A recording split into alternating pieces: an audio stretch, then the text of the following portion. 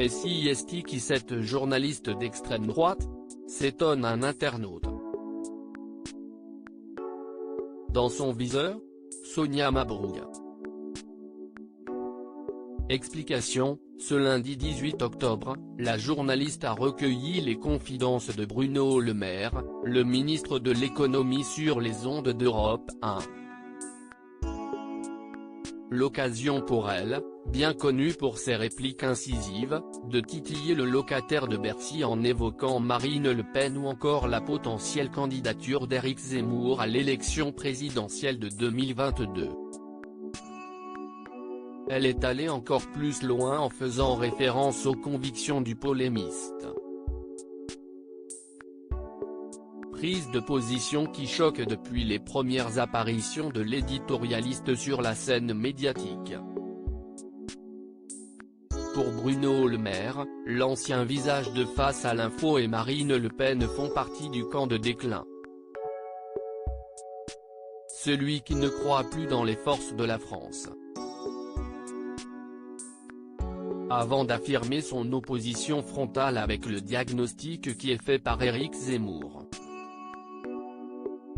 Vous ne voulez pas voir la réalité, alors, lui a rétorqué Sonia Mabrouk. Et lorsque son invité s'interroge sur la nature de ses propos, elle développe: il n'y a pas de problème avec l'école? Il n'y a pas de problème dans notre industrie? Il n'y a pas de problème par rapport à l'immigration?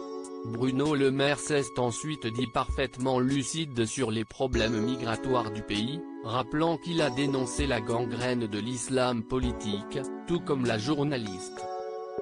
Sonia Mabrouk réagit aux critiques. Les internautes ont bondi sur l'occasion. Si est Sonia Mabrouk, on ne s'attend pas à mieux, a réagi un anonyme sur Twitter. Elle se déshonore tellement, ce n'est plus une journaliste, si est une militante, on renchérit d'autres. Sonia Mabrouk a même été pointée du doigt par quelques confrères à l'image de Maxime Darquier et Thomas Negaroff.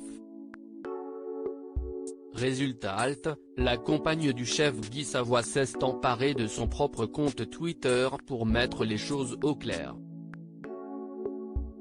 Je vous enjoins de balayer d'abord devant votre porte, a-t-elle écrit, toujours ce lundi 18 octobre. Et de rappeler, tous les invités, de son émission politique sur Europe 1, note de la rédaction, sont poussés dans leur retranchement.